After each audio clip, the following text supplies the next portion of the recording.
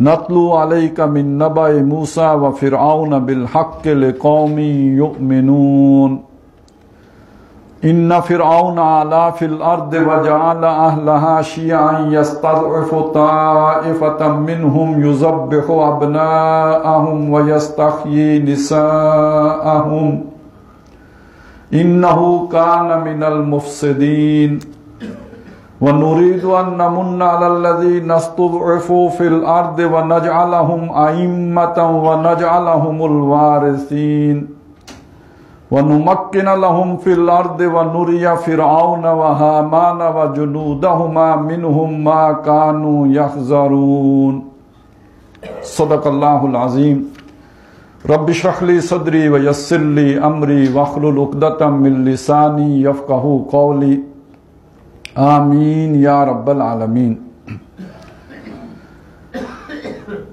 ہمارے اس خطے میں جو گزشتہ ہفتے واقعات پیش آئے ہیں اور جو حالات و واقعات کا ایک سلسلہ چلا ہے جس کی اپنی ایک تاریخ ہے اور جس کا سلسلہ رکنے والا نہیں ہے، آگے مستقبل میں بھی اس کے اثرات پڑنے والے ہیں، اس پر تبصرہ کرنے سے پہلے میں نے یہ جو سورہ قصص کی ابتدائی 6 آیات پڑھی ہیں جو آج سے یوں سمجھیے تقریباً 4,400 سال پہلے کے جو اس واقعات تھے ان پر تبصرہ کر رہی ہیں۔ یہ مصر کا علاقہ ہے، وہاں کا ایک بادشاہ ہے فرعون اور وہاں کی ایک مظلوم قوم ہے بنی اسرائیل۔ تو وہاں جو اس وقت حالات درپیش تھے اس پر اللہ تعالیٰ کی طرف سے ایک تبصرہ ہے، اور میرے خیال میں ان حالات پر جس سے ہم گزر رہے ہیں اس تبصرے میں ان حالات کے حوالے سے ایک بڑی رہنمائی اور بہت بڑا سبق ہے کہ جو ہمارے سامنے آ سکتا ہے۔ پہلی آیت حروف مقطعات پر مشتمل ہے، طا سین میم، اور اس کے بعد فرمایا تلک آیات الکتاب المبین۔ یہ آیات ہیں ایک واضح کتاب کی، یعنی وہ کتاب کوئی گنجلک نہیں ہے، اس کتاب کے اندر کوئی ٹیڑھ نہیں ہے، کوئی کجی نہیں ہے۔ جیسے سورہ کاف کے شروع میں فرمایا اللہ نے کتاب اتاری وَلَمْ يَجْعَل لَّهُ عِوَجًا، اس میں کوئی عوج نہیں، کوئی کجی نہیں، قیما بالکل سیدھی ہے۔ یا جیسے سورہ بنی اسرائیل میں فرمایا ان ھذا القرآن یہدی للتی ہی اقوم، بے شک یہ قرآن ہے جو رہنمائی کرتا ہے اس رستے کی طرف جو سب سے سیدھا ہے، خود سیدھا ہے تو سیدھے رستے کی طرف رہنمائی کرتا ہے۔ تو بعض لوگ ہوتے ہیں باتیں کم کرتے ہیں، جلیبیاں زیادہ بناتے ہیں، تو قرآن مجید جلیبی نہیں ہے، یہ بالکل سیدھی کتاب ہے، واضح کتاب ہے، جو کہنا ہے جو کہتا ہے بالکل واضح کہتا ہے، یہ کتاب مبین ہے۔ نتلو علیک من نبأ موسیٰ و فرعون، ہم آپ کو سناتے ہیں موسیٰ اور فرعون کا واقعہ، ان کی خبر۔ نبأ بڑی خبر کو کہتے ہیں، چھوٹی خبر نہیں ہے، اسی سے لفظ نبی بنا ہے۔ نبی کتنی بڑی بڑی خبریں دیتا ہے، آ کے ایک ایسے معاشرے کو جو خدا کو نہیں مان رہا ہوتا اسے خدا کا تعارف کراتا ہے، سب سے بڑی خبر۔ ایک ایسا معاشرہ جو سمجھتا ہے دنیائی کی زندگی ہے اسے یہ خبر دینا کہ اس کے بعد ایک اور زندگی ہے، بہت بڑی خبر۔ ان دیکھے حقائق کو ماننے کی باتیں اور ان کی خبریں دینا، یہ نبأن بڑی بڑی خبریں۔ تو گویا یہ جو موسیٰ اور فرعون کا واقعہ یہ بھی بہت بڑا واقعہ ہے، بہت بڑی خبر ہے جو ہم آپ کو سنا رہے ہیں۔ نبأ موسیٰ و فرعون، یہ موسیٰ اور فرعون کی خبر ہے بالحق۔ اب اس بالحق اس کے کئی معنی ہم لے سکتے ہیں، مثلاً یہ حقیقی واقعہ ہے، سچا واقعہ ہے، حق واقعہ ہے، یہ کوئی خیالی بات نہیں ہے، کہانی نہیں ہے، قصہ نہیں ہے، یہ حقیقی واقعہ ہے اور اس پہ کوئی مبالغہ نہیں ہے۔ بعض اوقات واقعہ تو ہوتا ہے حقیقی ہوتا ہے لیکن جب وہ بیان کیا جاتا ہے تو اس میں پھر اور بھی اضافہ کر دیا جاتا ہے۔ کچھ تو ہوتے ہیں محبت میں جنوں کے آثار، کچھ لوگ بھی دیوانہ بنا دیتے ہیں۔ کوئی بات ہوتی ہے اس کا بتنگڑ بن جاتا ہے، کوئی رائے ہوتی ہے اس کا پہاڑ بن جاتا ہے۔ تو یہ بالحق یہ بھی بتا رہا ہے کہ ٹھیک ٹھیک پورا پورا، یہ بات کا پتنگڑ نہیں ہے، اس میں مبالغہ نہیں ہے، اس میں اضافہ نہیں ہے، جتنا ہوا اتنا بتا رہے ہیں۔ اور اس کا ایک معنی یہ بھی ہے کہ یہ واقعہ آپ کو سنا رہے ہیں بامقصد، یعنی سبق آموزی کے لیے، سبق حاصل کرنے کے لیے، ایک مقصد کے لیے سنا رہے ہیں تاکہ اس سے آپ نصیحت پکڑو، اس سے سبق حاصل کرو۔ ہر دور کے فرعون بھی نصیحت حاصل کریں، ہر دور کے مظلوم بھی نصیحت حاصل کریں، ایک اس کے اندر یہ سبق آموزی بھی ہے، یعنی بامقصد سنا رہے ہیں آپ کو، محض قصہ گوئی مراد پیش نظر نہیں ہے۔ تو یہ بالحق کے اندر یہ سارے مفاہیم آ گئے۔ لیکن یہ سارے مفہوم فائدہ کس کو دیں گے؟ لِقَوْمٍ يُؤْمِنُونَ، اس قوم کو، یعنی ان لوگوں کو، ان افراد کو جو ایمان رکھنے والے ہوں، جو اندیکھے حقائق کو ماننے والے ہوں۔ تو بہرحال یہاں میں اتنی بات عرض کر دوں کہ جو بھی آج ہم نے تجزیہ کرنا ہے اور جو بھی اس تجزیے کی روشنی میں مستقبل بینی کرنی ہے تو اس کا تعلق ایمان کے ساتھ ہے، زمینی حقائق کے ساتھ کم، آسمانی حقائق کے ساتھ زیادہ ہے۔ تو یہاں بھی وہی بات کہی گئی کہ یہ حقیقت سمجھ سکتے ہیں وہی لوگ جو ایمان رکھنے والے ہوں۔ اس میں نصیحت ہے، اس میں سبق ہے، اور اس میں جو ہے ان کے لیے ایک بہت بڑی جو ہے خوشخبری بھی ہے مظلوموں کے لیے، لیکن ان مظلوموں کے لیے جو ایمان رکھنے والے ہوں، اللہ پر اور آخرت پر یقین رکھنے والے ہوں۔ اب اس تمہید کے بعد وہاں کا نقشہ جو کھینچا گیا وہ یہ ہے کہ ان فرعون، بے شک یہ جو فرعون تھا، اعلیٰ فی الارض، یہ زمین میں سر چڑھا تھا۔ یہ اعلیٰ جیسے ہوتا ہے نا بلند، تو اعلیٰ جو اپنی بلندی کے لیے، اپنے آپ کو اونچا کرنے کے لیے، دوسروں پر سر بلند ہونے کے لیے، اب ظاہر ہے اس کے لیے کافی آپ کو تگ و دو کرنی پڑتی ہے، کافی محنت کرنی پڑتی ہے، کسی اور کے اٹھنے کا خطرہ ہو تو اسے قتل کرنا پڑتا ہے۔ یہ جتنے بڑے بڑے لیڈر ہوتے ہیں انہیں یہ ساری فساد فی الارض کی صورتیں کرنی پڑتی ہیں، تب جا کے خود بڑے بنتے ہیں نا۔ اسی سورہ قصص کے آخری رکوع میں، یہ تو پہلا رکوع ہے، آخری رکوع میں ایک مضمون آیا ہے کہ تِلْكَ الدَّارُ الْآخِرَةُ نَجْعَلُهَا لِلَّذِينَ لَا يُرِيدُونَ عُلُوًّا فِي الْأَرْضِ وَلَا فَسَادًا، وہ جو آخرت کا گھر ہے وہ ہم عطا کریں گے ان لوگوں کو کہ جو زمین میں علو نہیں چاہتے، بلندی نہیں چاہتے، کوئی لیڈر بننے کا، بڑا بننے کا، دوسروں کے گردنوں پہ سوار ہونے کا شوق نہیں رکھتے۔ اب ظاہر ہے جس کے اندر یہ شوق ہوگا دوسروں پر سربلند ہونے کا، دوسروں پر قبضہ کرنے کا، دوسروں کے علاقے ہتھیانے کا، دوسروں کو غلام بنانے کا اور اپنی چودراہٹ قائم کرنے کا، جس کا یہ شوق ہوگا، اب یہ شوق فساد پیدا کروائے گا۔ تو لا یریدون علوا فی الارض، وہ علو نہیں چاہتے، ولا فساد، نہ فساد چاہتے۔ اگر علو نہ ہو تو فساد بھی نہیں ہوگا۔ یہ جتنا بھی دنیا میں فساد ہوتا ہے، یہ پہلی جنگ عظیم، دوسری جنگ عظیم اور جنگیں، تو یہ کسی نہ کسی کے عزائم ہوتے ہیں نا جن کو وہ پورا کرنے کے لیے جنگوں میں دنیا کو جھونک دیتا ہے۔ تو وہ عزائم کیا ہوتے ہیں؟ ہمارا غلبہ، میری قوم کا غلبہ، وہ جسے ایڈلر نے کہا ارج ٹو ڈومینیٹ، دوسروں پر غلبہ پانے کی جبلت۔ یہ جیسے لالچ کی جبلت ہوتی ہے، جیسے جنس کی جبلت ہے، جیسے کھانے پینے کے شوق ہوتے ہیں، ایسے ہی بعض لوگوں کو جو ہے دوسروں کے اوپر حاوی آنے کا شوق ہوتا ہے۔ تو یہ جو حاوی آنے کا شوق ہے یہ پھر انسان کو فساد کرنے پر مجبور کر دیتا ہے، بگاڑ پیدا کرنے پر مجبور کر دیتا ہے، قتل و غارت گری پر مجبور کر دیتا ہے، اور عزت و آبرو کے دھیلے کرنے پر مجبور کر دیتا ہے۔ تو اصل اس کے پیچھے یہ علو کی خواہش ہوتی ہے۔ اور یہ فرعون، یہ تو بہت زیادہ جو ہے بلندی چاہتا تھا، اپنا مقام چاہتا تھا، اپنی سرخروئی چاہتا تھا، اپنی سربلندی چاہتا تھا، اور اپنے آپ کو بڑا بنا کے پیش کرنا چاہتا تھا۔ ربکم الاعلی کہتا ہے، تمہارا اعلیٰ رب میں ہوں، وہ تو اس درجے کی سربلندی چاہتا تھا۔ اور اس کے لیے اس نے ایک کام کیا ہوا تھا، وَجَعَلَ أَهْلَهَا شِيَعًا، اس نے اس کے اہل کو، یعنی اب اہل سے یا مراد کہ اہل مصر جس علاقے پر اس کی حکمرانی تھی، وہاں کے جو رہنے والے تھے اس کو اس نے شیعاً گروہوں میں تقسیم کر دیا تھا۔ وہ گروہ یعنی ان کے دو طبقے بنا دیے تھے۔ ان دو طبقوں کو، ایک اونچے ہیں ایک نیچے ہیں، یہاں قرآن نے ان کو اس طرح بیان کیا، یستضعف طائفۃ منہم، اس زمین والوں میں سے ایک طائفے کو، ایک گروہ کو، کچھ لوگوں کو اس نے ضعیف بنا کے رکھا ہوا تھا، کمزور بنا کے رکھا ہوا تھا، دبا کے رکھا ہوا تھا، غلام بنا کے رکھا ہوا تھا۔ یذبح ابناءہم، ان کے بیٹوں کو ذبح کر دیتا تھا۔ اب ہمارے ہاں جتنی بھی بہت ساری باتیں، ان میں ایک یہ بھی ہے کہ اسے خطرہ تھا کہ اس قوم میں کوئی ایسا بچہ پیدا ہوگا کہ جو میری سلطنت کو ختم کر دے گا، تو وہ اس کے لیے جو ہے بیٹے ذبح کرتا تھا۔ ہو سکتا ہے ایسی بات ہوئی ہو، لیکن آپ سوچیں کہ وہاں کی جو روایت، جو تاریخ میں باتیں آئی ہیں وہ تو یہ ہیں کہ وہ ایک سال قتل کرتا تھا، دوسرے سال نہیں کرتا تھا۔ یہ دیکھیں حضرت موسیٰ علیہ السلام جس سال پیدا ہوئے ہیں اس سال تو وہ قتل کرنے والا سال تھا، اس لیے وہ سارا مسئلہ پیش آیا۔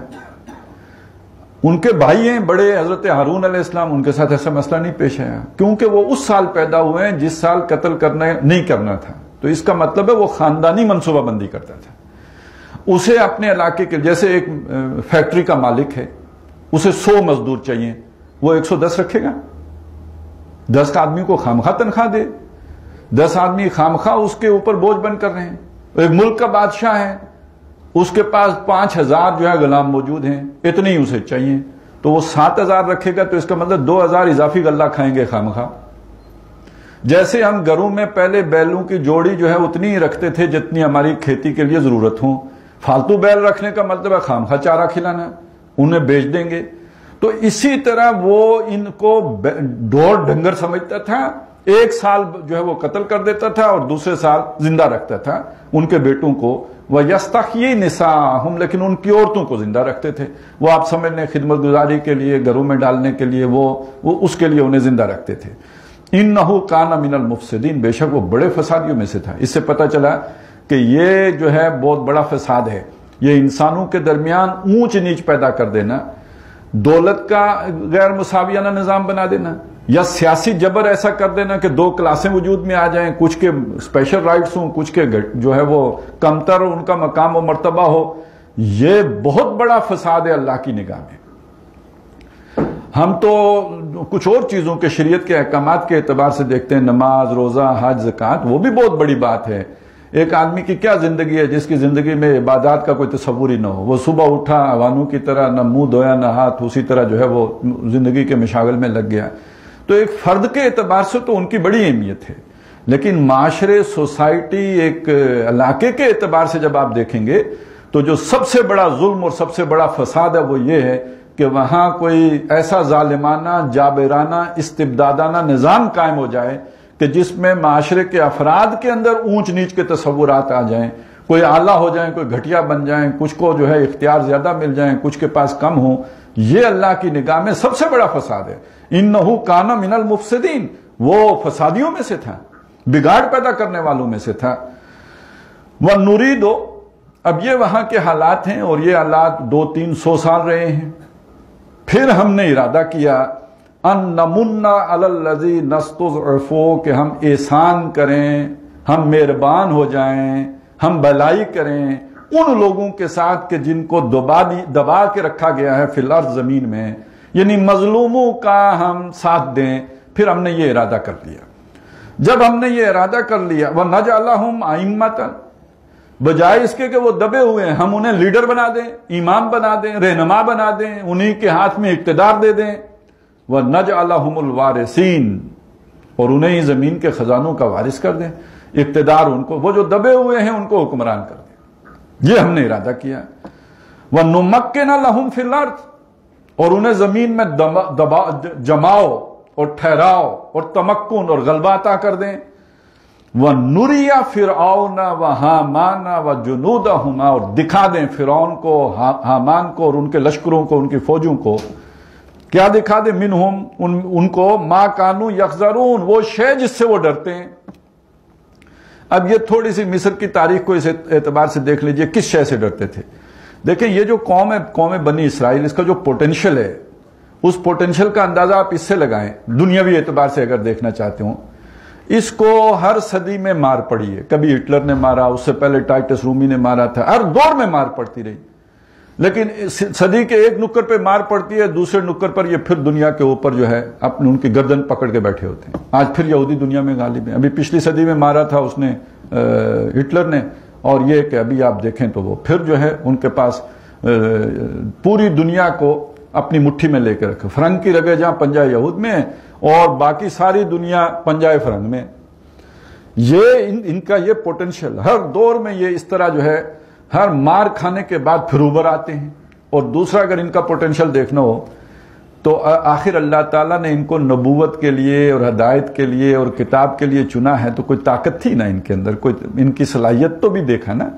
تو ہم نے ان کو اختیار کیا ہے علی علم، اپنے علم کی بنیاد پر، ان صلاحیتوں کی بنیاد پر جو ان میں تھی.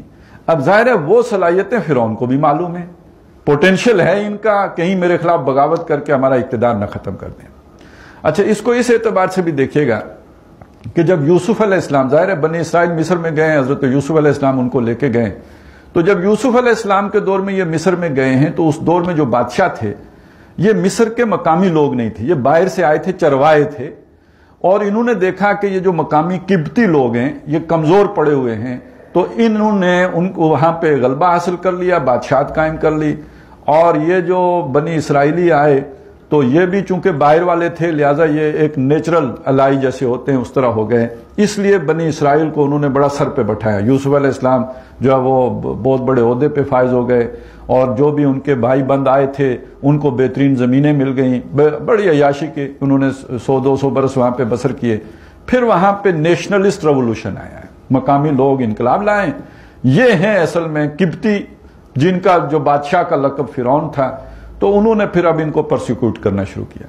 اب اگر اس چیز کو سمجھنا ہو کہ یہ ڈر کیا تھا، تو یہ وہ ڈر ہے جو یہاں ہندوستان میں جب انگریز آیا تو اسے مسلمانوں سے تھا، کیونکہ اس نے اقتدار کس سے چھینا؟ مسلمانوں سے چھینا، اور مسلمانوں سے اقتدار چھینا، ہندو سے اسے خوف نہیں تھا، خوف اسے مسلمانوں سے تھا کہ یہ اپنے اقتدار دوبارہ حاصل کرنے کی کوشش کریں گے اور یہ جو ہے وہ ریٹیلیٹ کریں گے، اور ہر دور میں اس نے مسلمانوں کے خلاف خاص ان کو جو ہے دبا کے رکھنے کی کوشش کی ہے بمقابلہ ہندوؤں کے، تو انہیں اچھے مراعات بھی دی، سب کچھ دیا، اپنے ساتھ ملانے کی کوشش کی، مسلمانوں کو دبا کے رکھا۔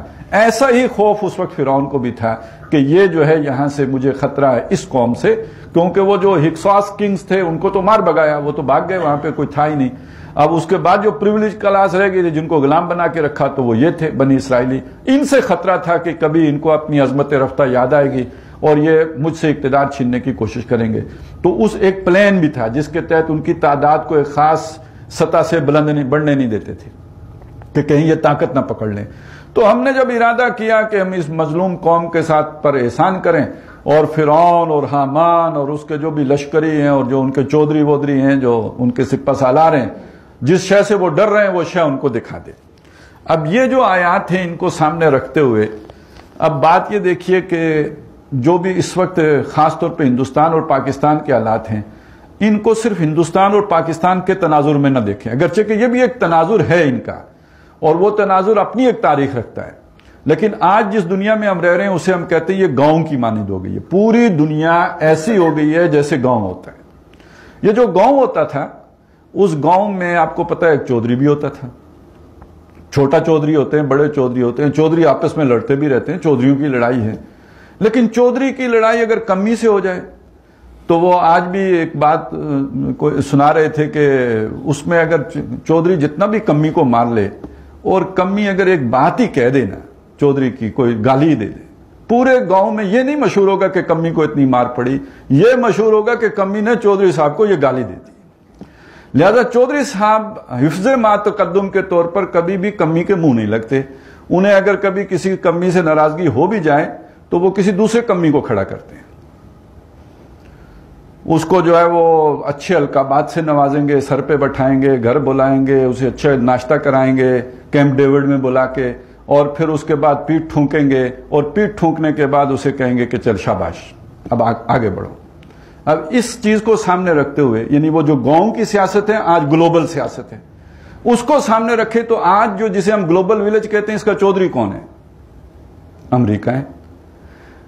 امریکہ کو زخم کس نے پہنچایا؟ آپ کہیں گے اب افغانستان میں طالبان نے پہنچایا، وہ اکیلے پہنچا سکتے تھے، ان کے پیچھے نہ ہوتا کوئی، اور کیا امریکہ جانتا نہیں وہ کون ہے؟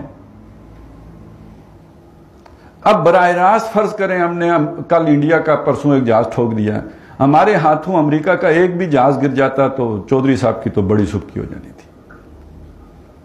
تو بہرحال ہمارا تھوڑا بہت پوٹینشیل ہو سکتا ہے کہ ہم ان کا کوئی نیوی کا جہاز ہی گرا دیتے، ڈبو دیتے، تو چودھری صاحب کی کیا رہتی ہے؟ آپ کو پتہ ہے نا وہ جب ارجنٹینا نے برطانیہ کا جہاز ڈبو دیا تھا، وہ ایک ہی میزائل مارا، وہ اللہ نے کیا کہ نشانے پہ لگ گیا اور وہ جہاز دو ٹکڑے ہو کے ڈوب گیا، اور وہ واہ واہ ہو گئی ارجنٹینا کی، اور جو ہے وہ سبکی ہو گئی برطانیہ کی۔ تو ہم ظاہر نہ عراق ہیں نہ ہم افغانستان ہیں، ہمارے ساتھ پنگا لیا جاتا تو کچھ نہ کچھ ہوتا۔ تو اب ایک چیز تو یہ ذہن میں رکھیں کہ جو دنیا کا چودھری ہے اس چودھری کو ہم سے ناراضگی پیدا ہو گئی ہے، اور اس کا وہ ہمارا جو ہے وہ ہمیں کچھ سبق سکھانا چاہتا ہے۔ سبق سکھانے کے لیے ظاہر ہے وہ ہمارے ہی کسی بھائی کی پیٹھ ٹھونکے گا، خود ہمارے منہ کو نہیں آئے گا۔ اس کی شان کے خلاف ہے کہ وہ اپنی بےزتی ہم سے کروائے۔ اب ایک تو یہ سیناریو ہے، دوسرا ہے جو قرآن مجید ہمارے سامنے رکھتا ہے اور جس حوالے سے پوری دنیا مسلمان امت سے ڈرتی ہے اور مسلمان امت میں خاص طور پر پاکستان سے خطرہ محسوس کرتی ہے، وہ بات سمجھ لیجئے وہ کیا ہے۔ وہ بات ہے کہ جو نبی اکرم صلی اللہ علیہ وسلم دنیا میں بھیجے گئے، آپ کا ایک مقصد بعثت ہے، آپ ایک کام دے کے بھیجے گئے اور وہ کام ہے دین حق کا غلبہ کرنا، دین کو غالب کرنا۔ هو الذی ارسل رسولہ بالہدی ودین الحق لیظہرہ علی الدین کلہ ولو کرہ المشرکون۔ وہی اللہ جس نے بھیجا اپنے رسول صلی اللہ علیہ وسلم کو الہدا قرآن مجید دے کر، دین حق ایک سچا عادلانہ نظام دے کر جس میں فساد نہیں ہے۔ ایک نظام بادشاہ کا ہے، دین الملک، جو مصر میں تھا حضرت یوسف علیہ السلام کے دور میں، اور اس سے بھی گندہ آ گیا اس کے بعد جو فرعون لے کے آیا۔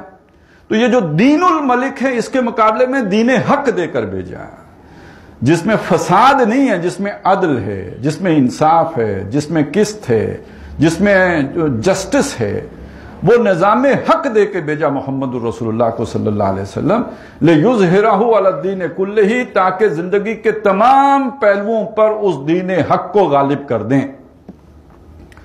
وَلَوْ كَرِهَ الْمُشْرِكُونَ، خواہ مشرکوں کو یہ بات ناگوار ہو، اور جو ایک مشرک عوام ہوتی ہے وہ تو بتوں کی پجاری ہوتی ہے، ایک مشرک ایلیٹ کلاس ہوتی ہے، ان کو بتوں سے کیا لینا دینا، انہیں نہیں پتا ہوتا یہ پتھر کی مورتیاں ہم نے اپنے ہاتھ سے بنائی ہیں، انہیں بتوں سے کوئی محبت نہیں ہوتی، ان کا معاشی نظام مفاد سارا ان بتوں کے ساتھ وابستہ ہوتا ہے، ان کی سیاسی چودراہٹ ان بتوں کے ساتھ وابستہ ہوتی ہے۔ یہ جو دیوتا ہوتا ہے وہ کہتے ہیں ہم اس دیوتا کی اولاد ہیں، تو لوگ دیوتا کو پوجیں گے تو اولاد کی بھی کوئی جو ہے وہ سیاسی حیثیت بنے گی نا، تو ان کا سارے سیاسی مفادات، معاشی مفادات اس مذہبی شرک کے ساتھ وابستہ ہوتے ہیں۔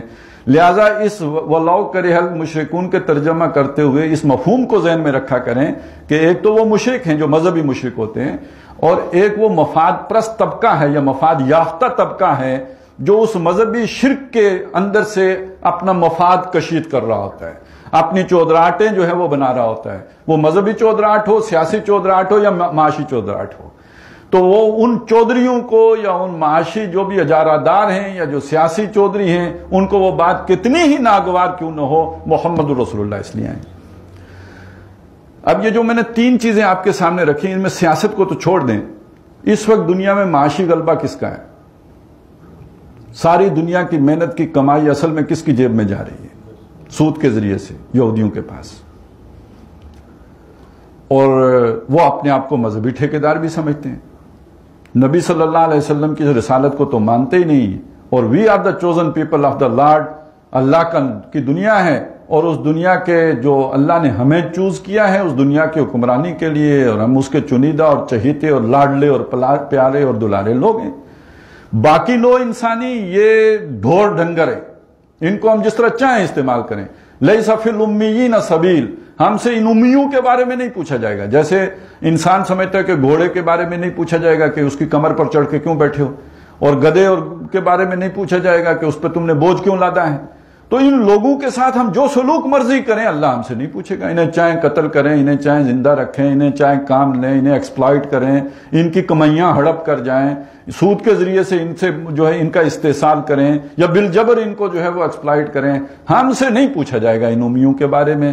اصل انسان ہونے کے حقدار تو ہمیں، تو مذہبی چودھری بھی وہی، اور یہ کہ اس کے نتیجے میں معاشی چودھری بھی وہی۔ اور اس وقت ان کو جو سب سے بڑا خطرہ ہے، ظاہر ہے وہ نبی اکرم صلی اللہ علیہ وسلم کے اس مشن سے ہے کہ ہمارے ظلم کے نظام کو ختم کر کے کہیں وہ عدل کا نظام قائم نہ ہو جائے۔ اصل چودھری ان کے پیچھے تو آپ کو پتہ ہے نا شیطان ہے، اس شیطان کے جو سوچ تھی اس کو جو علامہ اقبال نے بیان کیا ہے تو کیسے بیان کیا؟ امت کے بارے میں اگرچہ کہ مایوسی کا اظہار کیا کہ جانتا ہوں یہ امت حامل قرآن نہیں ہے، وہی سرمایہ داری بندہ مومن کا دی، یہ شیطان خوش ہو کے کہہ رہا ہے۔ جانتا ہوں مشرق کی اندھیری رات میں بے ید بیضا ہے پیران حرم کی آستی، لیکن عصر حاضر کے تقاضاؤں سے ہے لیکن یہ خوف، ہو نہ جائے آشکارا شر پیغمبر کہیں، یہ زمانہ اب اس رخ پہ آ گیا ہے کہ خطرہ پیدا ہو گیا ہے کہ محمد الرسول اللہ صلی اللہ علیہ وسلم کا جو دین حق ہے وہ کہیں لوگوں کے سامنے نہ آ جائے. میں نے تو چھپا کے رکھوایا ہوا ہے، مسلمانوں ہی سے چھپا کے رکھوایا ہوا ہے، وہ کہیں ظاہر نہ ہو جائے، سامنے نہ آ جائے. اس سے ڈر لگ رہا ہے مجھے. نہ مجھے جمہوریت سے ڈر ہے، نہ مجھے کمیونزم سے ڈر ہے، نہ مسلمانوں سے ڈر ہے. مجھے ڈر ہے اس آئین پیغمبر سے ڈر ہے. الحذر، آئین پیغمبر سے 100 بار الحذر. حافظ ناموس زن، مرد آزما مرد آفری. شیطان کو سب سے زیادہ ڈر اس سے کیا لگتا ہے کہ یہ محمد الرسول اللہ جو عدل لے کے آئے ہیں اس میں سب سے بڑا خواتین کے لیے عدل یہ ہے کہ یہ نظام ان کا محافظ بن کے آتا ہے. حافظ ناموس زن، ان کی عزت، ان کی آبرو، ان کی ناموس کا محافظ بن کے آتا ہے. اور آج دنیا میں سب سے بڑھ کر ظلم کا شکار خواتین ہیں. وہ ابھی سمجھ نہیں آتی، نہ مردوں کو آتی ہے، عقل پہ مردوں کی پردہ پڑا ہوا ہے، نہ خود خواتین کو آتی ہیں. وہ ویسے بھی بیچاری ناقص العقل ہیں، جلدی ایکسپلائٹ ہو جاتی ہیں. لیکن یہ کہ جو اصل ایکسپلائٹیشن ہو رہی ہے وہ تو عورتوں کی ہو رہی ہے، سب سے بڑھ کر ان کی ہو رہی ہے. یہ موقع نہیں ہے اس پر بات کرنے کا، لیکن یہ کہ اقبال سب سے پہلے اس بات کو لے کے آئے، شیطان سے کلوایا ہے. الحذر، آئین پیغمبر سے 100 بار الحذر. حافظ ناموس زن، مرد آزما مرد آفری. اور پھر یہ کہ اس کے بعد معاشی جو عدل دیتا ہے کہ اس سے بڑھ کر اور کیا فکر و عمل کا انقلاب، بادشاہوں کی نہیں اللہ کی ہے یہ زمین. یعنی یہ سیاسی عدل بھی ہو گیا کہ یہ کسی فرعون کی زمین نہیں ہے، اللہ کی زمین ہے. سب اس میں مساوی تقسیم ہوگی. اور اسی میں وہ بات بھی آ گئی کہ یہ گویا جاگیردارانہ نظام کا کلا کما ہو گیا. ساری جو بھی ایک معاشی اونچ نیچ کی جو بنیاد بنتی ہے اس کی جڑ کٹ گئی. تو یہ سارا نظام، اس کے بارے میں جو آخری بات اس نے کہی، شیطان نے کہی ہے کہ یہ جو ہے یہ غنیمت ہے کہ خود مومن ہے محروم یقین. کہ آج کا مومن اسے یہ یقین نہیں ہے کہ میری بغل میں یہ اللہ کا ایک عادلانہ نظام بھی ہے جس کی تلاش میں نو انسانی گھوم رہی ہے، بھٹک رہی ہے، میں اسے اس کی جھلک دکھا دوں.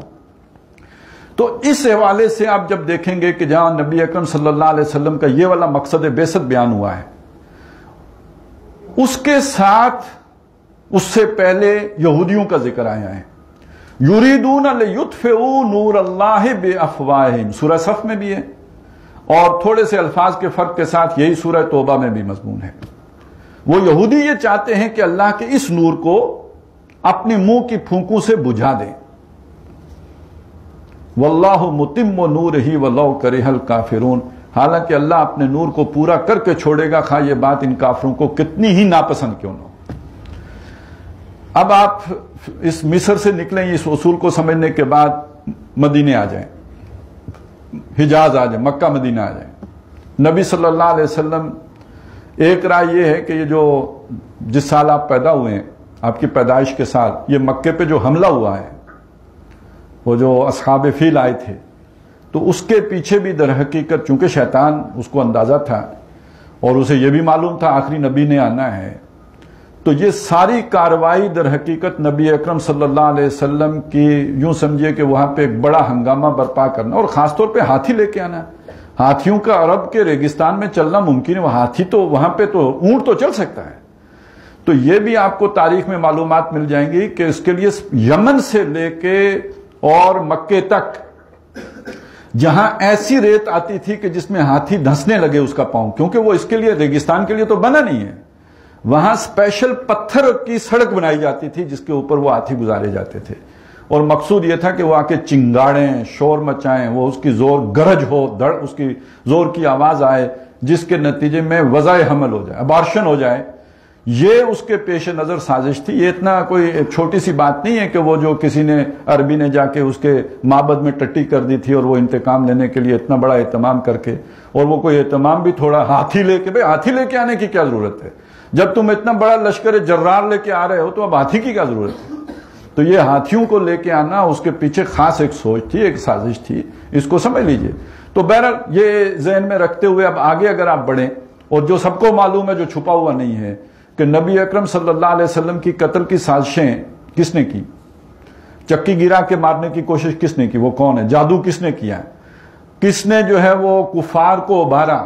مشرکین مکہ سے سوالات کس نے پوچھوائے؟ ان کے پیچھے اصل جو ہے وہ ہاتھ کس کا تھا؟ اور ان سازشوں اور خاص طور پہ غزوہ احزاب کے پیچھے کس کی سازش کار فرما تھی؟ تو آپ کو سب کے پیچھے یہودی ذہن کار فرما نظر آئے گا. یریدون لیطفئوا نور اللہ بافواہہم واللہ متم نورہ ولو کرہ الکافرون. اب وہاں سے ایک چھلانگ لگائیے. وہ جو بھی دین وہاں پہ قائم ہوا اس کے قیام کے بعد اس کے خلاف سازشیں ہوئیں، اور خاص طور پہ پہلی جو جھوٹے نبی کھڑے ہوئے وغیرہ وغیرہ، وہ حضرت ابو بکر صدیق رضی اللہ تعالیٰ عنہ نے ان ساری سازشوں کا کلا کما کر دیا. حضرت عمر رضی اللہ تعالیٰ عنہ کے دور میں وہ نور اپنی پوری شان کے ساتھ ظہور پذیر ہوا. یہی حضرت عثمان رضی اللہ تعالیٰ عنہ کے پہلے 10 سال ہیں، ان میں بھی وہ پوری جو ہے آب و تاب کے ساتھ چلتا رہا کام. لیکن اس کے بعد پھر سازشیں کامیاب ہونا شروع ہوئی. عبداللہ ابن سبا کون ہے؟ اور پھر اس نے جو بھی ہنگامہ شروع کیا وہ ایک انٹرنل سبوٹیج ہوا، وگرنہ پوری دنیا میں وہ نور پھیل جاتا ہے. لیکن یہ کہ یہودی سازشیں کامیاب ہوئی. یریدون لیطفئوا نور اللہ بافواہہم واللہ متم نورہ ولو کرہ الکافرون. اب یہ ہونا ہے آخری دور میں آ کے حضور نے اس کی بشارتیں دی ہیں، کل روئے ارضی پر اللہ کا دین غالب ہوگا. وہ میں حدیثیں یہاں پہ کئی دفعہ سنا چکا ہوں. چونکہ اقبال کے وہ والے اشعار سنائے ہیں تو یہاں اس موقع پہ وہی اقبال ہی کا سہارا لے لیتے ہیں، بات جلدی خط نکل جائے گی کہ آسماں ہوگا سحر کے نور سے آئینہ پوش اور ظلمت رات کی سیما پا ہو جائے گی. ایک فرعون وہ تھا جس نے مصر میں ظلم مچایا ہوا تھا، ایک آج ظلم ہے پوری دنیا میں. یہ ساری ظلمت کی رات بھاگ جائے گی اور آسماں ہوگا سحر کے نور سے آئینہ پوش اور ظلمت رات کی سیما پا ہو جائے گی. پھر دلوں کو یاد آ جائے گا پیغام سجود، پھر جبیں خاک حرم سے آشنا ہو جائے گی. آنکھ جو کچھ دیکھتی ہے لب پہ آ سکتا نہیں، میں بھی حیرت ہوں کہ دنیا کیا سے کیا ہو جائے گی. شب گریزاں ہوگی آخر جلوائے خورشید سے، یہ جہاں معمور ہوگا نغمہ توحید سے. اور یہ وہ شے ہے جس سے پوری دنیا آج ڈر رہی ہے. یعنی وہ امریکہ کتنی بڑی طاقت ہے، لیکن اس سے پوچھیے آپ کو خطرہ کس بات کا ہے؟ ٹیررزم کا. ٹیررزم کیا ہے؟ فنڈامنٹلزم ہے. فنڈامنٹلزم کیا ہے؟ پولیٹیکل اسلام ہے. سمجھ آگئی بات؟ ایکویشن بہت سادہ ہے. آپ کو خطرہ کس بات کا ہے جی؟ ٹیررزم کا ہے. ٹیررزم کیا ہے جی؟ یہ فنڈامنٹلزم ہے. یہ فنڈامنٹلزم کسے کہتے ہیں جی؟ یہ پولیٹیکل کانسیپٹ آف اسلام کو کہتے ہیں. تو اگر آپ نماز روزے حج زکات تک محدود رہتے ہیں تو اس سے کوئی خطرہ نہیں ہے. لیکن اگر آپ اس سیاسی عدل کی بات کریں، معاشی عدل کی بات کریں، سماجی عدل کی بات کریں، یہ آپ کو بنا دیتا ہے فنڈامنٹلسٹ. جب یہ آپ کو فنڈامنٹلسٹ بنا دیتا ہے تو آپ پوٹینشل ٹیررسٹ ہیں. آپ سے خطرہ ہے. آپ کے پاس گن ہے یا نہیں ہے اس سے کوئی سروکار نہیں ہے، کیونکہ آپ ہمارے نظام کو نہیں مان رہے ہیں، آپ ہمارے نظام کو تھریٹن کر رہے ہیں. ہمیں آپ سے خطرہ ہے. یہ خطرہ فرعون کو جو ہے بنی اسرائیل سے تھا. آج اس امت مسلمہ سے یہ خطرہ وقت کا چودھری محسوس کر رہا ہے. لیکن یہ کہ اس نے آپ دیکھیں گے کہ جگہ جگہ ان کو انگیج کرنے کے لیے مختلف جو ہے اپنے پپٹس ہیں اور اپنے جو بھی وہ کٹ پتلیاں ہیں وہ کھڑی کر کے رکھی ہوئی ہیں. کبھی وہ آپ نے دیکھا بوسنیا کوسووا میں جو کچھ ہوا، پھر جو ایتھنک کلینزنگ ہو رہی ہے فلسطین میں اسرائیل کے ہاتھوں مسلمانوں کی. عراق اور افغانستان ذرا کمزور تھے تو وہاں خود تشریف فرما ہو گئے وقت کے فرعون. اور اب یہ ہے کہ آپ نے برما میں جو کچھ دیکھا ہے، اب یہ سمجھ لیں کہ اس سے قریب ترین کا منصوبہ ہے جو ہندوستان میں کھچڑی پک رہی ہے. اب یہاں میں چاہتا ہوں کہ ذرا تھوڑی سے اس پس منظر میں چلے جائیں کہ ہندوؤں کا مسئلہ کیا ہے، یہ کیوں اس وقت ان کے ہاتھ میں کھیل رہے ہیں. اصل سازش کس کی ہے؟ یہود کی. اور یہود کے اعلی کار کون ہیں؟ اس وقت امریکہ کے سر کے اوپر سوار یہودی ہیں. اور ان کے ہاتھوں میں ہندو کیوں کھیل رہے ہیں؟ تو ہندوؤں کی اپنے بھی ایک خناس ہے. ظاہر ہے وہ کوئی بیماری تو اندر ہوتی ہے نا جس کو شیطان بڑکا دیتا ہے. کچھ میرے اندر ہوگا جس کو وہ بڑھاوا دے دے گا. وہ کہتے ہیں نا کہ جی شیطان پمپ کرتا ہے. تو پمپ کہاں کرتا ہے؟ جہاں امکان ہوتا ہے وہاں کرے گا نا. جہاں امکان ہی نہیں تو کیا پمپنگ کرے گا. اس لیے کہ جب اللہ کو یاد کر رہے ہوں تو وہ تھوتنی ہٹا دیتا ہے. جب نہ کریں تو تب آپ کے جذبات ہیجان میں ہوتے ہیں تو اس کو بھی موقع ملتا ہے پمپ کرنے کا. تو وہ کیفیت سمجھ لیں جو ہندوؤں کی ہے. ہندو جو خاص طور پر یہ آپ نے سنا جو راشٹریہ سیوک سنگھ ہے اور سنگھ پریوار ہے جن کے مختلف شیڈز ہیں، انہی کا جو پولیٹیکل ونگ ہے جسے بی جے پی کہتے ہیں، یہ ایک بہت بڑی طاقت ہے ہندوستان میں. اور یہ طاقت، اس کے جو ڈانڈے ہیں یہ اس طاقت کے ساتھ ملتے ہیں جو اورنگزیب عالمگیر کے ساتھ برسر پیکار ہے. مرہٹا طاقت. یہ جو مرہٹے ہیں ان کا بھی کوئی اپنا ایک یعنی بڑے لڑاکا قوم ہے، بڑا پوٹینشل ہے اور بڑی طاقت، اور انہوں نے مطلب ان کے اندر ایک مزاحمت کی طاقت ہے۔ اورنگزیب جیسے بادشاہ کو مسلسل زچ کر کے رکھا، اسے میرا خیال ہے دہلی رہنا نصیب نہیں ہوا، یہ ہر وقت کہیں نہ کہیں سے ان کی چھیڑکاریاں جاری رہیں۔ ان کی سوچ یہ کہ یہ جو ہندوستان ہے، دھرتی ماتا، آپ نے سنا ہوگا یہ جے ہند یا دھرتی، وہ جے ہند اسی سے نکلا کہ یہ ماں کی طرح ہے، یہ دھرتی ماتا۔ تو یہ جو دھرتی ماتا ہے یہ دیوتاؤں کی سرزمین ہے، دیومالائی سرزمین ہے، دیوتاؤں کی سرزمین ہے۔ یہ خاص طور پہ جو ہمالیہ سے نیچے یہ سارا علاقہ ہے تو یہ دیوتاؤں کی سرزمین ہے۔ یہ دیوتاؤں کی سرزمین اس نے دے دی ہے، منتقل کر دی ہے، سپرد کر دی ہے دیوتاؤں نے اپنے ماننے والوں کو۔ ماننے والے کون ہیں؟ ہندو۔ اب جو ان کو مانتا نہیں اور یہاں رہتا ہے وہ در حقیقت پلید ہے، ناپاک ہے، اور اس کو یہاں رہنے کا کوئی حق نہیں۔ یہ ان کی سوچ ہے۔ یہ وہ مذہبی سوچ تھی جس نے ان کو مسلسل اورنگزیب کے ساتھ مزاحمت پر مجبور کیا تھا۔ پھر اورنگزیب نے اپنے طور پر ان کا کافی ناطقہ بند کیا، ان کی طاقت جو ہے وہ ختم کی، توڑی، لیکن بالکل ختم نہیں کر سکا، دبانے میں کامیاب رہا۔ اورنگزیب کے بعد جب مغلیہ سلطنت کمزور ہوئی ہے، یہ طاقت پھر ابھری ہے، اور یہ نبی صلی اللہ علیہ وسلم کے دین کا یہ والا جو معاملہ، خاص طور پہ اس کا یہ جسٹس اور عدل والا معاملہ ہندوستان میں جس شخصیت نے سب سے بھرپور طور پر سب سے پہلے سمجھا ہے وہ شاہ ولی اللہ رحمۃ اللہ ہیں۔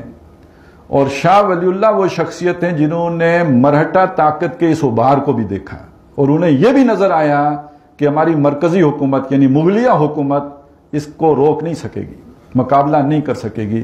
تو انہوں نے احمد شاہ ابدالی کو خط لکھا اور ہندی مسلمانوں کی مدد کے لیے ان کو آمادہ کیا۔ یہ جو احمد شاہ ابدالی نے حملہ کیا تھا، اس کے پیچھے جو ذہن ہے، جو ماسٹر مائنڈ ہے، جو جن کی سوچ کار فرما ہے، اس کے پیچھے وہ شاہ ولی اللہ رحمۃ اللہ ہے۔ انہوں نے انہیں دعوت دی اور بہرحال احمد شاہ ابدالی نے آ کے ان کی طاقت کا زور توڑا ہے، وگرنہ یہ کہ یہ اسی وقت مسلمانوں کے ساتھ وہ ہو جاتا، اور وہ جو ہو جاتا وہ کیا ہے؟ وہ ان کی سوچ یہ ہے کہ ہندوستان اور اسپین میں مسلمان بیک وقت داخل ہوئے ہیں سن 93 ہجری میں، اور 1492 میں اسپین سے مسلمانوں کا خاتمہ ہو گیا، اور ہندوستان میں یہ بھی بیٹھے ہوئے ہیں، تو ہم ان کا ویسے ہی خاتمہ کر دیں جیسے کہ اسپین سے خاتمہ ہوا تھا۔ تو بہرحال احمد شاہ ابدالی ہمارے بہت بڑے محسن ہیں کہ جنہوں نے ہندوستان کے مسلمان کا تحفظ کیا اور اس مرہٹا طاقت کا سر کچلا۔ البتہ کچھ عرصے کے بعد یہ پھر منظم ہو گئے، اور اب ان کے منظم ہونے کا دور ہے آج سے یوں سمجھ لیجئے تقریباً 80 سال 90 سال پہلے جب خاکسار تحریک اٹھی ہے تو ہندو کو ایک خوف محسوس ہوا، کیونکہ یہ تقریباً سیمی ملیٹنٹ قسم کی ایک تحریک تھی۔ بیلچا ہے تو بہرحال بیلچا بھی ایک درجے کا ہتھیار تو ہے ہی، اور اس کے اندر پھر یہ کہ چپراس چپ بھی ہے، یعنی ایک فوجی ڈسپلن بھی ہے، نظم و ضبط بھی ہے۔ اس سے ہندو نے ایک خوف محسوس کیا، اس کے ری ایکشن میں انہوں نے ایک ویسی ہی جماعت بنائی RSS راشٹریہ سیوک سنگھ، اور وہ بھی ایک سیمی ملیٹنٹ قسم کی جماعت، اور اس کی انہوں نے تشکیل کی، اور اس میں وہ والنٹیئرز لیتے تھے جو شادی بھی نہ کریں، یعنی اپنے آپ کو ہمہ وقتی تحریک کے لیے وقف کر دیں، اور ان کو بالکل ایسے نہیں کہ کوئی تنخواہ دار ہوں گے۔ اس کا اگر نقشہ ہو تو اب ہندو ہیں وہ بات کہنے کو دل نہیں کرتا، لیکن یہ کہ سمجھانے کے لیے کہ وہ یعنی اپنا آپ کو ایسے وقف کر دیتے تھے جیسے اصحاب صفہ نے اپنے آپ کو وقف کیا ہوا ہے، وہ شادی تک نہیں کرنی۔ اور اس کے دو کیڈرز ہوتے تھے، ایک چالک ہے ایک پرچارک ہے۔ پرچارک ان کے مبلغین جو باقی لوگوں کو ہندوتوا کی جو ہے وہ دعوت دینے والے، ابھارنے والے، مذہب کے لیے کھڑا کرنے والے، اور چالک وہ ہیں جو ان کے منتظمین ہیں، ناظم وغیرہ جو ان کو چلانے والے اور چال چلانے والے، یہ چالک ہیں۔ جس کی شادی ہو جائے وہ اس بنیادی کیڈر سے نکل جائے گا۔ جب انہوں نے پولیٹیکل ونگ بنایا تو وہ پھر اب اس میں چلے جاتے ہیں۔ ابھی آپ نے مودی صاحب نے شادی کی ہوئی ہے لیکن چھپا کے رکھی ہوئی ہے، بتائی ہوئی نہیں ہے۔ یہ وہی چکر ہے سارا، جو ان کا جو نیوکلس ہے پھر اس میں نہیں رہ سکتے کہ جس نے شادی کر لی ہو۔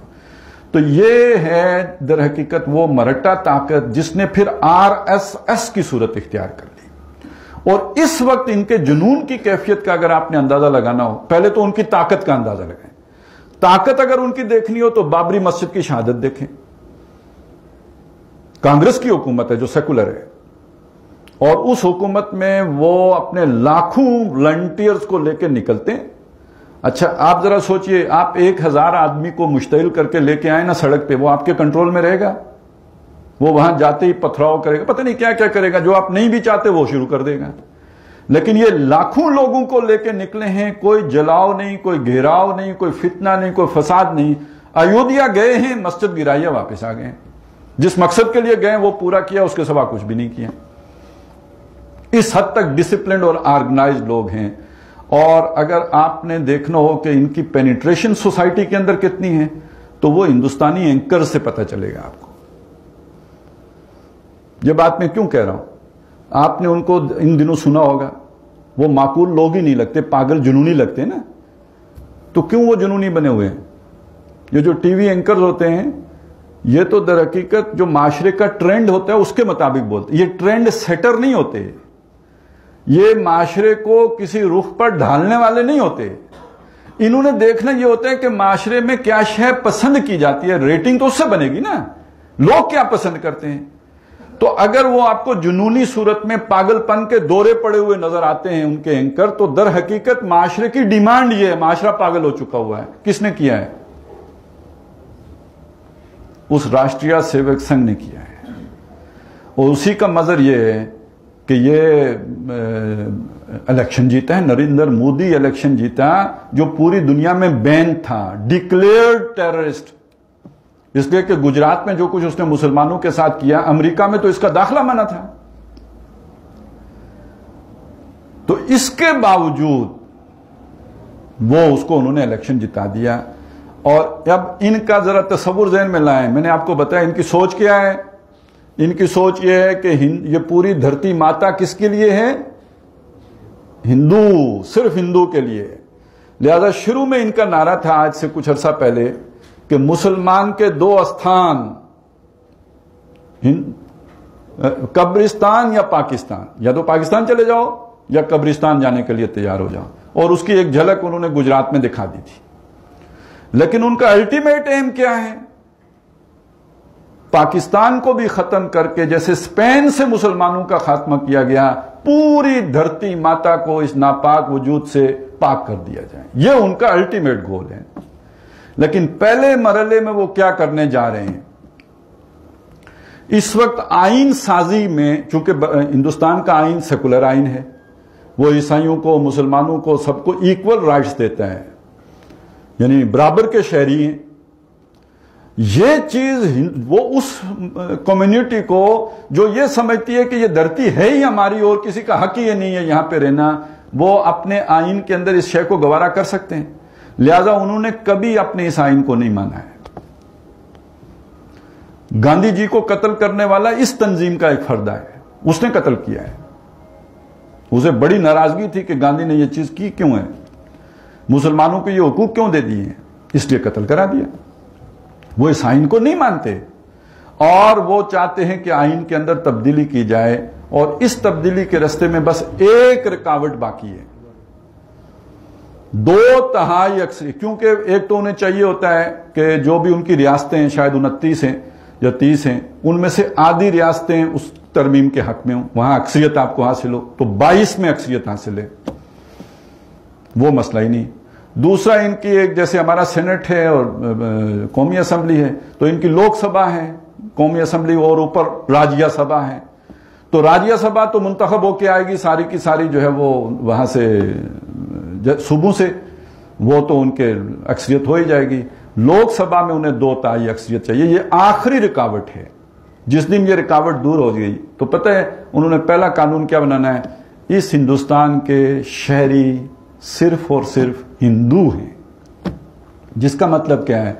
سارے نان ہندو، کیا مسلم، کیا کرسچن، کیا بدھ، جو بھی ہیں باقی سارے، وہ ہندوستان کے شہری ہی نہیں رہیں گے. جب وہ شہری ہی نہیں رہیں گے تو وہ کوئی شے پوزیس کرنے کا حق نہیں رکھیں گے.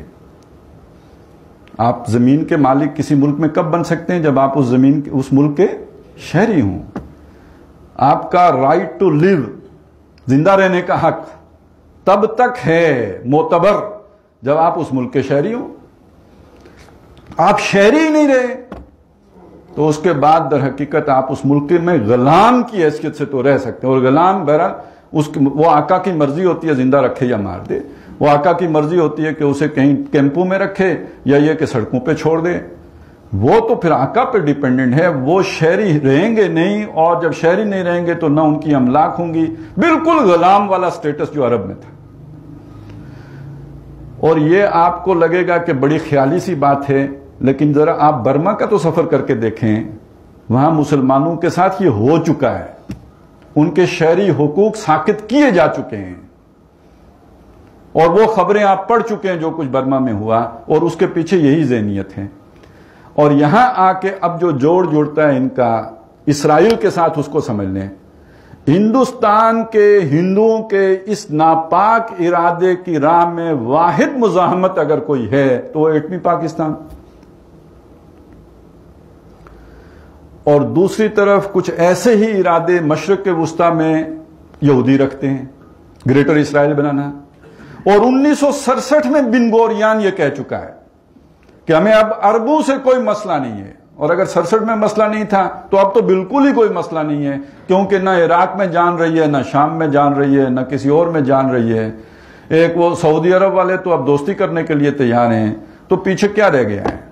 تو بن گوریان نے 67 میں کہا کہ ہمارے لیے خطرہ صرف پاکستان ہے.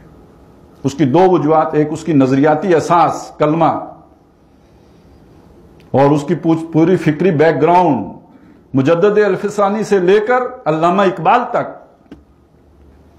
یہ دو قومی نظریہ کوئی ایک دن میں تو نہیں بن گیا. یہ کوئی 1940 کی پیداوار تو نہیں ہے. یہ تو جو مجدد الفسانی اکبر کے دربار میں کھڑے ہوئے اور انہوں نے جو جس طرح اس وحدت ادیان کے بت کو پاش کیا ہے، تو وہ دو قومی نظریے کی بنیاد پڑ گئی تھی. ہندو مسلم ایک وحدت میں سمو ہی نہیں سکتے. یہ دو جداگانہ قومیں، علیحدہ تشخص ہے.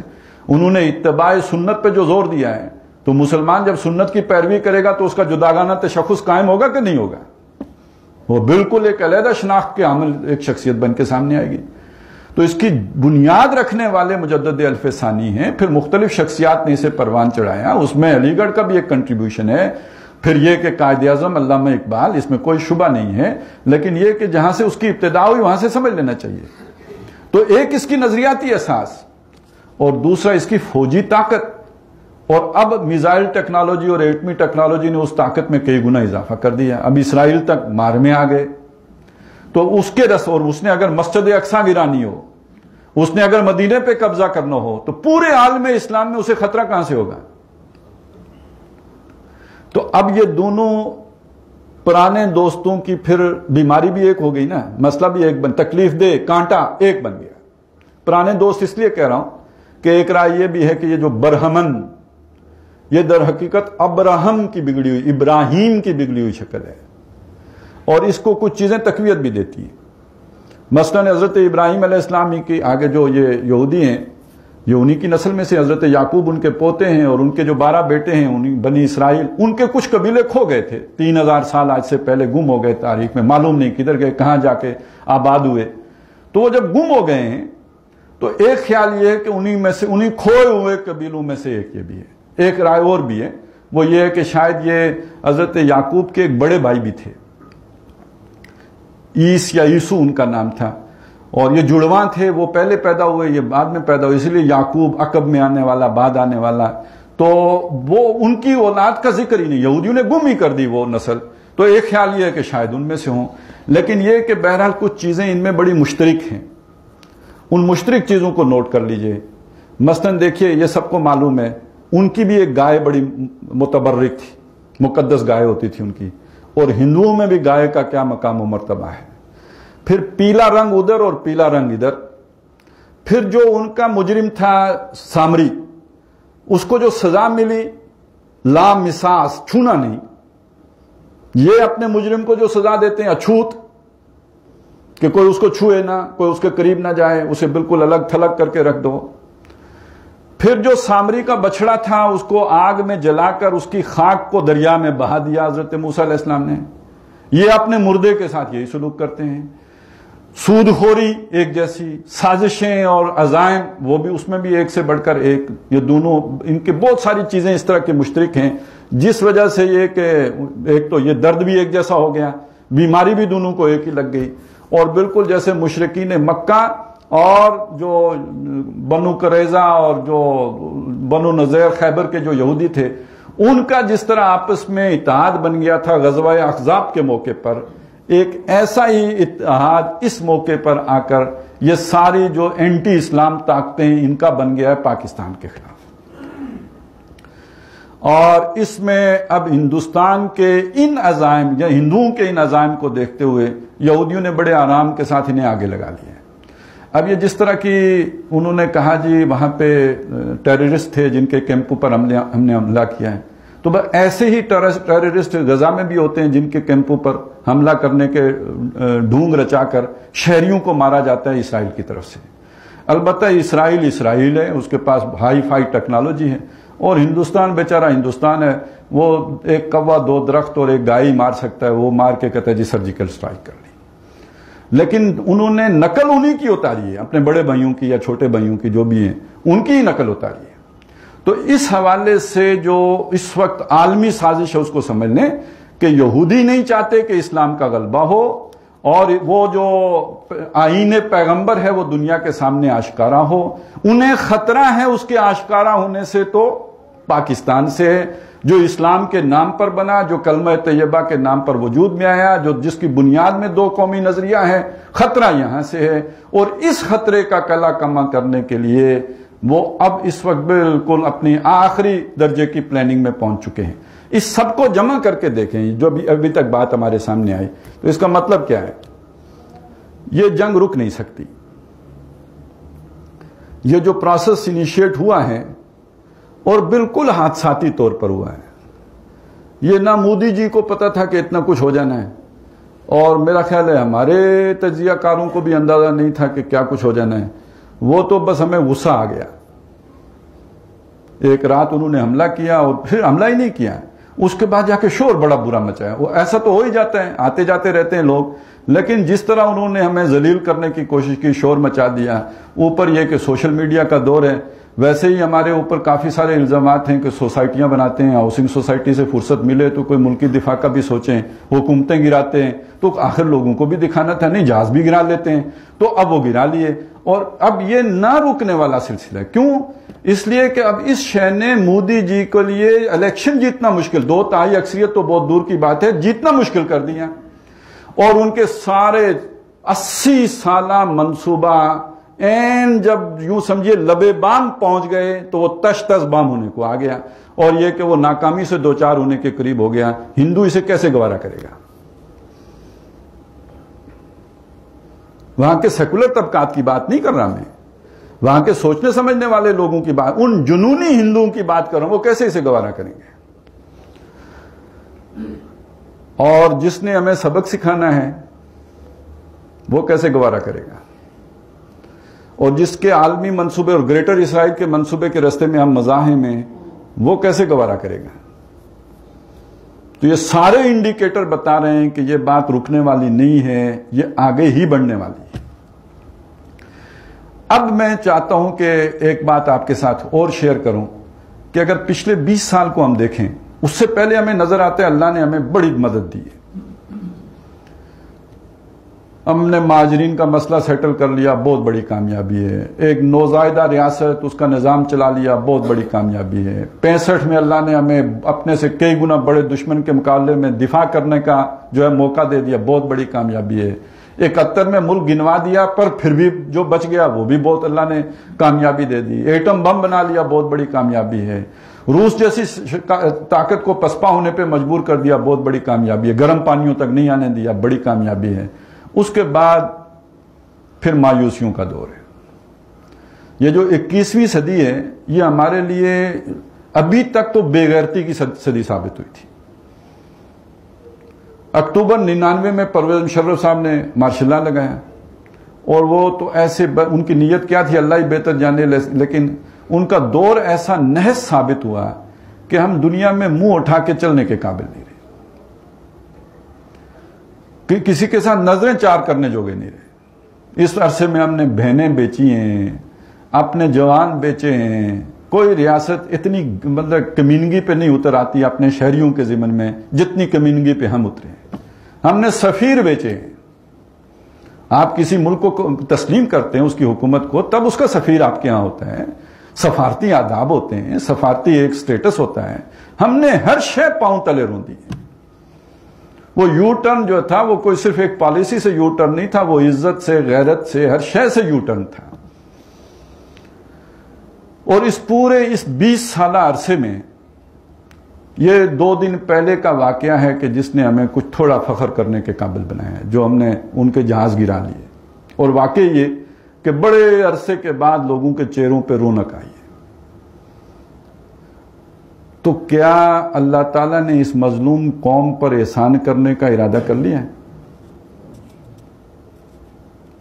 انڈیکیشن تو ہے۔ اور جب اللہ تعالیٰ احسان کرتا ہے تو سب سے پہلی بات کیا ہے؟ لیڈرشپ کو جرأت مند بنا دیتا ہے۔ سب سے بڑی بات تو یہی ہوتی ہے نا۔ یہاں بھی جو ذکر ہے، اللہ نے ارادہ کیا کہ مظلوم قوم پر احسان کرے، تو اس نے موسیٰ علیہ السلام کی ماں کی طرف وحی کی کہ اس کو دودھ پلا، اور جب ایسا ہو، یعنی اب ایک لیڈر تیار کرنا ہے ہم نے۔ وہ لیڈر، یہ سمجھ لیجئے کہ یہ جو سارے حالات و واقعات بن رہے ہیں، ان کا ایک ظاہر ہے، لیکن ان کا ایک باطن بھی ہو سکتا ہے کہ اللہ کے رسول صلی اللہ علیہ وسلم نے ایک بہت بڑے لیڈر کی پیشن گوئی کی ہوئی ہے جو مسلمانوں کو متحد کر دے گا اور ان کو غلبہ عطا کرے گا، حضرت مہدی۔ تو کیا یہ ساری کفریہ طاقتیں اس لیے اکٹھی ہو رہی ہیں کہ جیسے اصحاب فیل مکے پہ چڑھ آئے تھے، ایسے ہی مسلمانوں کی ایتھنک کلینزنگ کی جائے تاکہ اس لیڈر کا راستہ روکا جائے؟ واللہ متم نورہ ولو کرہ الکافرون، اللہ تو اپنا نور پورا کر کے چھوڑے گا، خواہ کافروں کو یہ بات کتنی ہی ناگوار کیوں نہ ہو۔ تو اب بات کہاں پہنچی؟ میں نے شروع میں کہا تھا اس سارے واقعے میں سبق کن لوگوں کے لیے ہے؟ ایمان والوں کے لیے سبق ہے۔ ہمارا یقین کس پہ ہے؟ اللہ پر ہے، اور محمد الرسول اللہ صلی اللہ علیہ وسلم کی دی ہوئی خبروں پر ہے۔ زمینی حقائق دیکھیں تو ہماری کوئی حیثیت ہی نہیں، کوئی مقام ہی نہیں، کوئی کھڑے ہونے کی ہمارے اندر جو ہے وہ ہمت ہی نہیں۔ اور لیکن دوسری طرف اگر اللہ کے وعدوں کی طرف دیکھیں، محمد الرسول اللہ صلی اللہ علیہ وسلم کی پیشن گوئیوں کی طرف دیکھیں، تو ان کی پیشن گوئیاں ہمارا ایمان ہے کہ پوری ہو کے رہنی ہیں، اور وہ یہ ہیں کہ اس پوری دنیا پر اللہ کے دین نے غالب ہونا ہے۔ اگر غالب ہونا ہے تو کسی ایک جگہ سے ہونا ہے، ابتدا تو کسی ایک جگہ سے ہوگی نا۔ وہ ایک جگہ کون سی ہو سکتی ہے؟ میرے عرب کو آئی ٹھنڈی ہوا جہاں سے، میرا وطن وہی ہے، میرا وطن وہی ہے۔ اور اس وطن کی حفاظت اللہ تعالیٰ کرتا رہا ہے، یہ کلمے کی بنیاد پہ وجود میں آیا ہے۔ ذہن میں رکھیے گا، ترکیوں نے اپنی آزادی کا دفاع کیا ہے تو ترک نیشنلزم کی بنیاد پر کیا ہے۔ الجزائر نے آزادی حاصل کی، لیبیا نے آزادی حاصل کی، عربوں نے آزادی حاصل کی اپنے اپنے نیشنلزم کی بنیاد پر۔ 67 میں عرب اسرائیل جنگ ہوئی، جمال عبد الناصر مصر کا بادشاہ صدر، پتہ ہے اس نے کیا نعرہ لگایا؟ نحن ابناء فرعونہ، ہم فرعونوں کے بیٹے ہیں۔ یہودیوں سے مقابلہ ہے، ہم فرعونوں کے بیٹے ہیں۔ اسے محمد الرسول اللہ کے امتی ہونے پر فخر نہیں تھا، فرعون کے بیٹے ہونے پہ فخر تھا۔ اور اسی طرح کے الفاظ جو ہیں وہ صدام کی طرف بھی منسوب کیے جاتے ہیں کہ اس نے بھی کہا تھا نحن ابناء نماردہ، نمرودوں کی اولاد ہے۔ تو یہ سب لوگ آزاد ہوئے، لیکن ان کے اسلام سے زیادہ ان کی پشت پر ان کا نیشنلزم تھا۔ یہ مسلمانان ہند ہیں صرف کہ انہوں نے آزادی بھی حاصل کی تو کلمے کے نام پر کی۔ مسلم ہے تو مسلم لیگ میں آ، یہ نہیں کہ عرب ہے تو مسلم لیگ میں آ، یا یہ کہ چودھری ہے تو مسلم لیگ میں آ، یا پنجابی ہے تو مسلم لیگ میں آ۔ مسلم ہے تو مسلم لیگ میں آ۔ اور پاکستان کا مطلب کیا؟ لا الہ الا اللہ۔ اور یہ بات حدیث میں آئی ہے کہ اللہ تعالیٰ مسلمانوں کی مدد کرتا رہے گا جب تک وہ کلمے کا حق ادا کرتے رہیں گے۔ یہ کلمے کا حق کیا ہے؟ کلمے کا حق سمجھ لیجئے. اس سے پہلے صرف ہم نے کلمے کے نام پہ ملک حاصل کیا، اللہ نے ہماری حفاظت کی، ہماری مدد کی، ہمیں برکتیں دی. تھوڑا سا بیچ میں ٹھکائی بھی کرائی، بے عزت بھی کیا، یہ جو 20 سال گزرے ہیں. اب اگر وہ ہماری طرف متوجہ ہوا ہے تو ہماری بھی ذمہ داری ہے نا ہم اس کی طرف متوجہ ہوں. لَإِن شَكَرْتُمْ لَأَزِيدَنَّكُمْ، اگر شکر گزار بنو گے مزید دوں گا. وہ ذمہ داری کیا ہے؟ کلمے کا حق ادا کریں. کلمے کا حق کیا ہے؟ الہ کسی اور کو نہیں ماننا ہے. لا الہ، الہ کوئی اور نہیں ہے. الہ کسے کہتے ہیں؟ 3 معنی اس میں شامل ہیں. محبوب کوئی اور نہیں، اللہ سے بڑھ کر محبت کسی اور سے نہیں ہے. لا محبوب الا اللہ، لا الہ الا اللہ، لا محبوب الا اللہ، اللہ کے سوا کوئی محبوب نہیں ہے. قل ان کان آباؤکم وابناؤکم واخوانکم وازواجکم وعشیرتکم واموال اقترفتموها وتجارۃ تخشون کسادها ومساکن ترضونها احب الیکم من اللہ ورسولہ وجہاد فی سبیلہ فتربصوا حتی یاتی اللہ بامرہ واللہ لا یہدی القوم الفاسقین.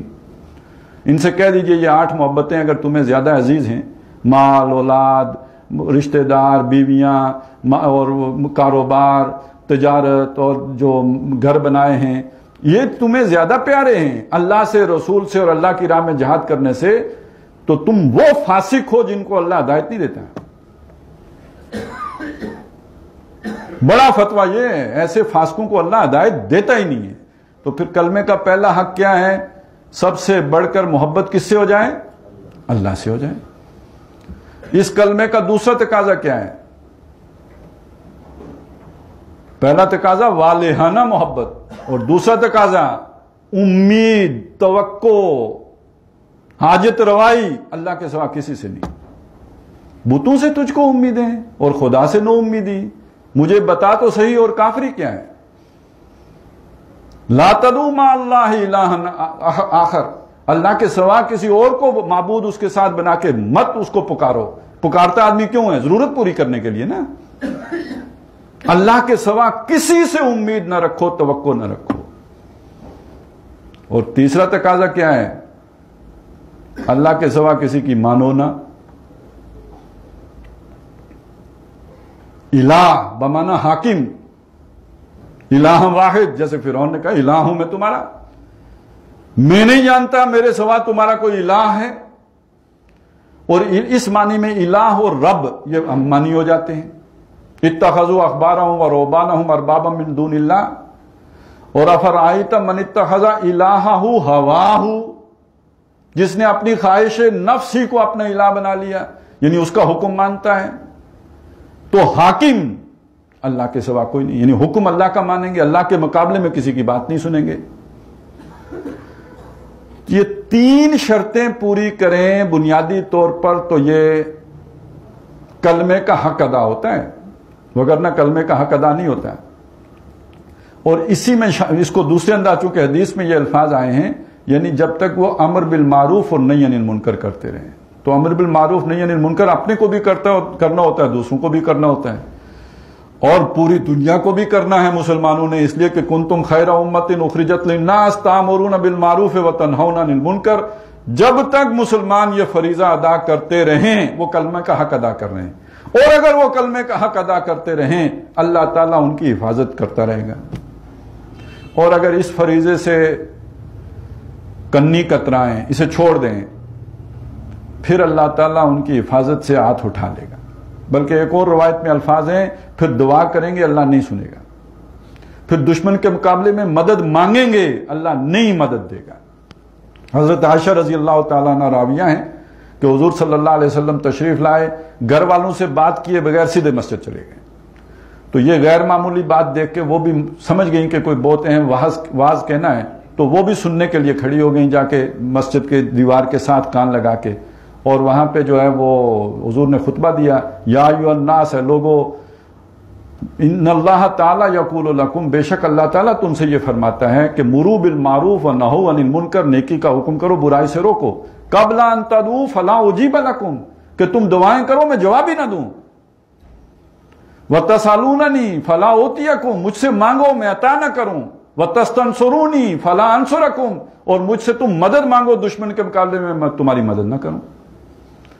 تو اب آپ مجھے بتائیے کہ ہمارے اندر، ٹھیک ہے ہم نے ٹیکنالوجی حاصل کر لی، ہم نے، ہمارے پاس طاقت بھی کچھ نہ کچھ آ گئی، ہم نے اپنی کیپیبلٹی بھی دکھا دی، لیکن یہ کہ کیا اس وقت ہم امریکہ، اسرائیل، انڈیا اس اطاعت کا مقابلہ کرنے کی مالی اور دنیاوی پوزیشن یا زمینی حقائق کی روشنی میں کسی پوزیشن میں ہیں؟ ہمیں اللہ کی مدد کی ضرورت ہے یا نہیں ہے؟ تو اللہ کی مدد کی بنیاد کیا بن سکتی ہے؟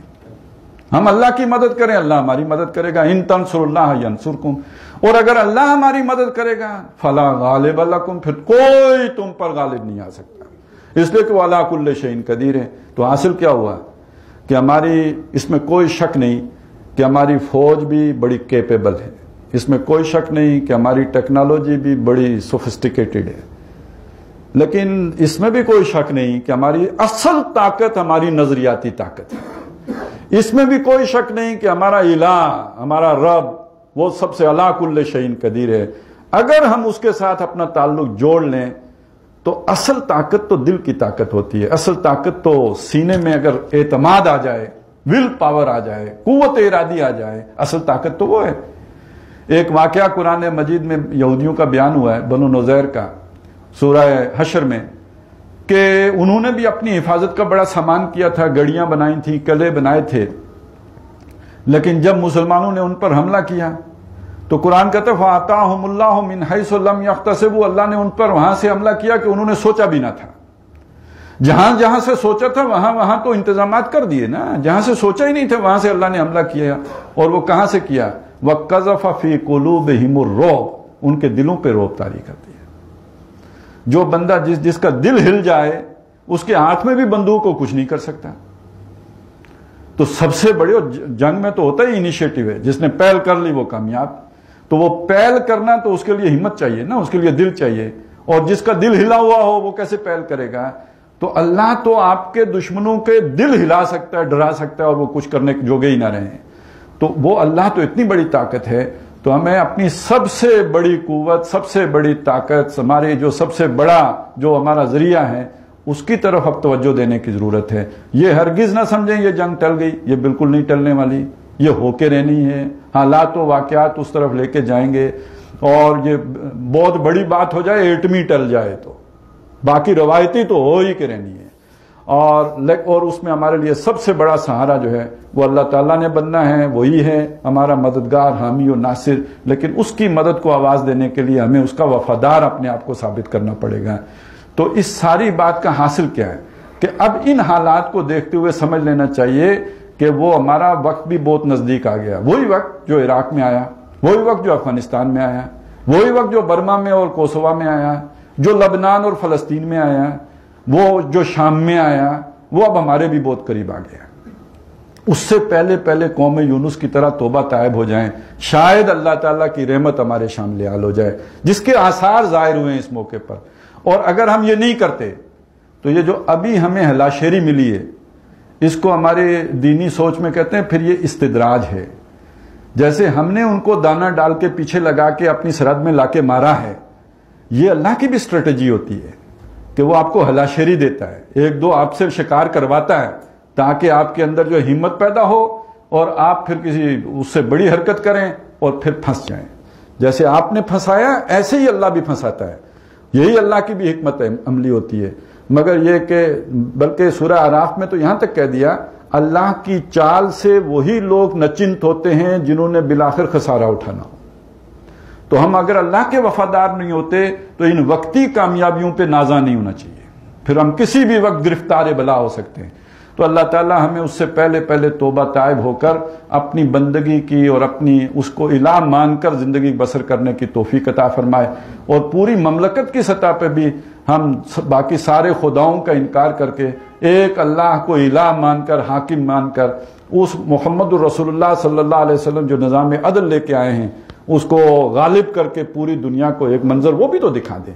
ہم نے یہ تو دکھا دیا، جسچر دے دیا کہ ہم نے پائلٹ واپس کر دیا، اچھا کیا، مگر یہ کہ یہ بھی تو دکھا دے نا کہ ہمارے پاس نو انسانی کے لیے ایک رحمت والا نظام بھی ہے، رحمت کا پیغام بھی ہے، رحمت للعالمین لے کے آئے ہیں جس کو، جو ساری انسانیت کے لیے رحمت بنا کے اتارے گئے، اس پیغام کے ہم امین ہیں، جس کے بارے میں شیطان کا خیال ہے کہ یہ لوگوں سے پوشیدہ رہے اور تو بہت اچھا ہے، اگر ظاہر ہو گیا تو میری تو یہ سارا جو اندھیرا میں نے قائم کیا یہ چھٹ جائے گا۔ تو اللہ تعالیٰ ہمیں اس کے لیے محنت اور کوشش کرنے کی توفیق عطا فرمائے۔ اقول قولی ھذا واستغفر اللہ لی ولکم ولسائر المسلمین والمسلمات۔